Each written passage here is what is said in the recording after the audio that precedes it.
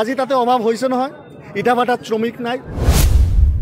যেতিয়া সন্মান সহকাৰে গামোচা আৰু তামোলৰ বটাৰে মাতিব তেতিয়া যাতে আমাৰ শ্ৰমিকসকল যায়। মোৰ খোলা আহ্বান যে শ্ৰমিকসকল কাম কৰিবলৈ জাগাৰ অভাৱ নাই।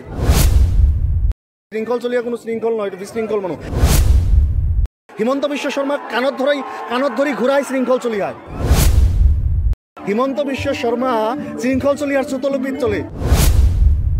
মুখ্যমন্ত্ৰী যেতিয়া কয় যে উজনিত গ'লে মিয়া মানুহক নিৰাপত্তা নিদিম, তেতিয়া মিয়া মানুহে শ্ৰম কৰিবলৈ যোৱা, সাধাৰণ কাম কৰিবলৈ যোৱা খাটি খোৱা মানুহজন কোন সাহসত গৈ উজনিত বহি থাকিব? আজি তাতে অভাৱ হৈছে নহয়। ইটাভাটাত শ্ৰমিক নাই, অমুক উদ্যোগটোত শ্ৰমিক নাই। যেতিয়া সন্মান সহকাৰে গামোচা আৰু তামোলৰ বটাৰে মাতিব তেতিয়া যাতে আমাৰ শ্ৰমিকসকল যায়। মোৰ খোলা আহ্বান যে শ্ৰমিকসকল কাম কৰিবলৈ জাগাৰ অভাৱ নাই।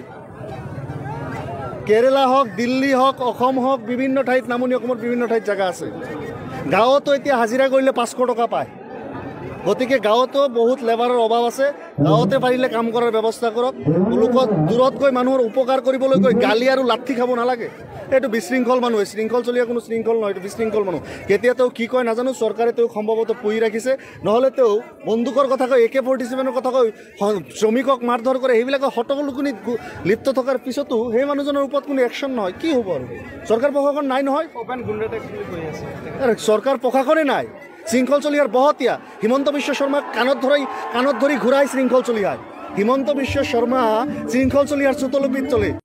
আজি যি উচ্ছেদ হৈছে ইয়াৰ কাৰণে বিজেপি যিমানখিনি দায়ী, একেটা দায়ী কংগ্ৰেছ। কাৰণ তেওঁলোকৰ সময়ছোৱাত তেওঁলোকে এই মানুহক তেওঁলোকৰ পৰা ভোট লৈছে, কিন্তু তেওঁলোকক ক'তো বসতিৰ কাৰণে মাটিৰ পট্টা কিংবা পুনৰ সংস্থাপনৰ ব্যৱস্থা এই চৰকাৰবিলাকে কৰা নাছিল, বিশেষভাৱে কংগ্ৰেছে কৰা নাছিল। আৰু আজি বিজেপিয়ে তাৰ গইনা লৈ, তাৰ সুযোগ লৈ মানুহক হাজাৰে হাজাৰে লাখে লাখে মানুহক উচ্ছেদ কৰি আছে, গুলীয়াই হত্যা কৰি আছে, গুলীয়াই ঘূণীয়া কৰি আছে।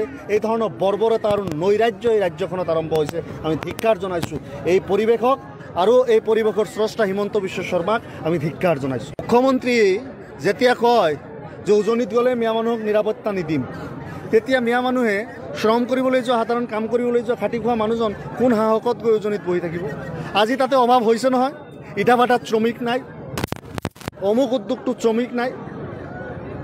যেতিয়া সন্মান সহকাৰে গামোচা আৰু তামোলৰ বটাৰে মাতিব তেতিয়া যাতে আমাৰ শ্ৰমিকসকল যায়। মোৰ খোলা আহ্বান যে শ্ৰমিকসকল কাম কৰিবলৈ জাগাৰ অভাৱ নাই। কেৰেলা হওক, দিল্লী হওক, অসম হওক, বিভিন্ন ঠাইত, নামনি অসমৰ বিভিন্ন ঠাইত জাগা আছে। গাঁৱতো এতিয়া হাজিৰা কৰিলে 500 টকা পায়। গতিকে গাঁৱতো বহুত লেবাৰৰ অভাৱ আছে। গাঁৱতে পাৰিলে কাম কৰাৰ ব্যৱস্থা কৰক। লোকক দূৰত গৈ মানুহৰ উপকাৰ কৰিবলৈ গৈ গালি আৰু লাঠি খাব নালাগে।